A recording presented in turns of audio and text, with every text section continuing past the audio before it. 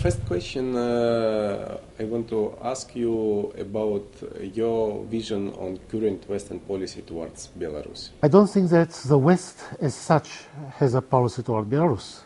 I think the West, if we can speak about the West as one unit, has tried for many years to establish a policy toward Belarus and has failed to establish a collective policy toward Belarus.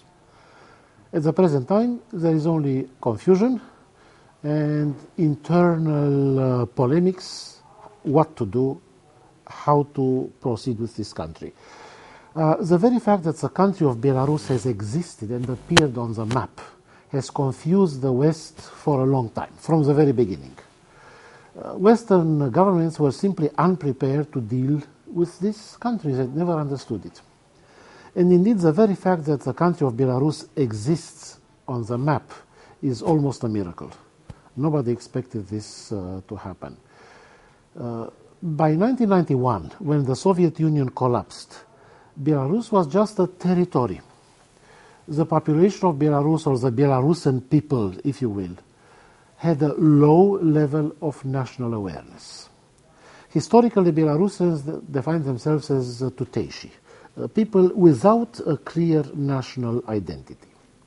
Then these people were subject to intensive Russification and ideological Sovietization during Soviet times. Many Belarusians are not really aware that they are a different people from the Russians. They don't consider themselves a different people from the Russians. They consider the Russians to be practically the same people as Belarus. Even those Belarusians who define the Belarusian language as their native language, they nevertheless speak Russian in day-to-day life, socially and at home. When the Soviet Union collapsed, all the production processes in Belarus originated in Russia. Belarus was had become an assembly workshop for products that came from Russia and were assembled in Belarus. This is how the Belarusian industrial machinery was produced. Of course, there was total dependency, and there is still total dependency, on oil and gas from Russia. And now that the Belarusian industry has survived and manages to exist in a competitive environment, nevertheless, the main market for the products of the Belarusian industry is still Russia. So in this situation, the independent existence of Belarus as a sovereign state was very difficult to explain. But nevertheless, it exists as a sovereign state. Now, I know that many people in the West don't like to analyze the situation through geopolitics. Geopolitics is not popular in the West. It has become very popular again in Russia, not in the West. But I still am old-fashioned enough to analyze international politics and domestic politics through the prism of geopolitics. And I say that the existence of a sovereign state of Belarus is one of the greatest geopolitical gains that the West has received from the collapse of the Soviet Union. It's almost as important as the existence of an independent Ukraine. The West has done nothing to receive this enormous geopolitical gain, but it exists. And in these 20 years of national sovereignty, Belarus has developed its own political, governing, administrative, and managerial class.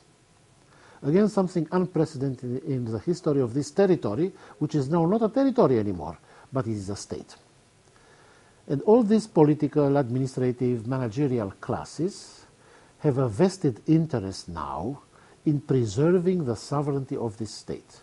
This is an enormous gain to the West, and we should not undermine it. On the contrary, we should encourage the leadership of Belarus to preserve, strengthen, and develop this sovereignty. Let's talk about the leadership of Belarus. You personally meet with Lukashenko. I did twice. Yes, and you know him pretty well. And for me, it's always a personal question. Okay, now Lukashenko is a main actor in Belarus, as political as in all other spheres of life. Yeah. and it's a reality, I understand. Yes. But what future scenario for leadership in Belarus you can predict? We understand that Lukashenko is a person with some term of life, and what will be after? Will be kind of monarchy, for example, with Nikolai Lukashenko? Will be some kind of transformation? Will be just loss in sovereignty and Russian territory? What you predict? Nobody can tell. It is impossible to predict. Mr. Lukashenko has become the guarantor of Belarusian sovereignty.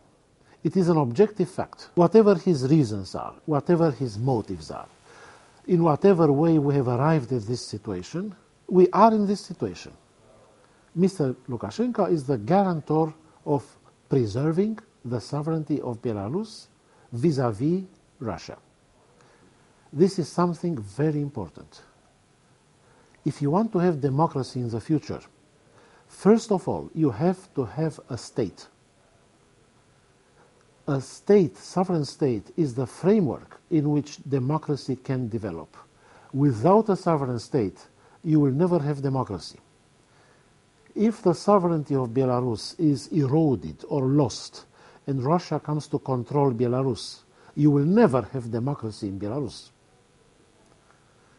The most important prerequisite to democracy is statehood and the development of effective state institutions. Then democracy can be developed gradually in the future. Democracy will never be introduced from the West. It must develop locally. Democracy will never be introduced by decree overnight. It must develop in an organic way from society. At the present time in Belarus, there is very little social demand for the Western type of democracy. Such a demand simply does not exist or is very low. The opposition in Belarus, which describes itself as democratic, is unable to organize itself. Suppose, just as a hypothesis, suppose that Mr. Lukashenko dies tomorrow, has a car accident or a heart attack or whatever, and dies tomorrow or dies 5 years or 10 years from now. Yeah.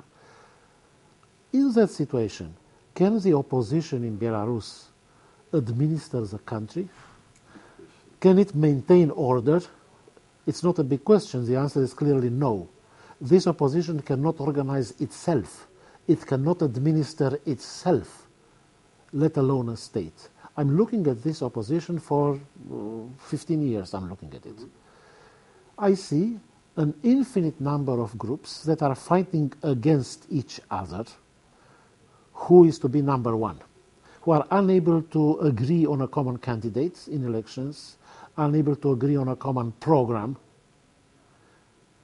who exist on Western financing, are competing against each other for Western financing.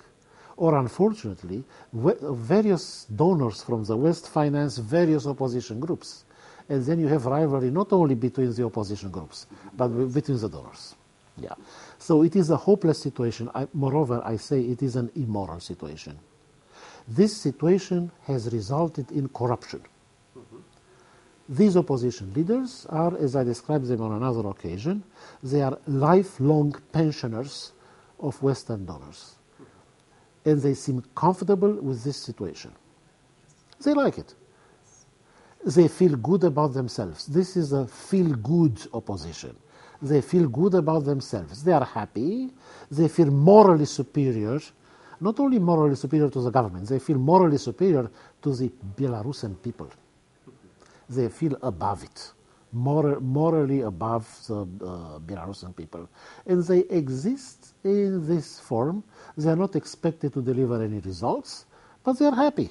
But for example, if opposition can't stabilize country after Lukashenko, if something happen, I'm not sure that our nomenclatura or ruling class can do it. Maybe they just go to Moscow and say, okay, this is yours.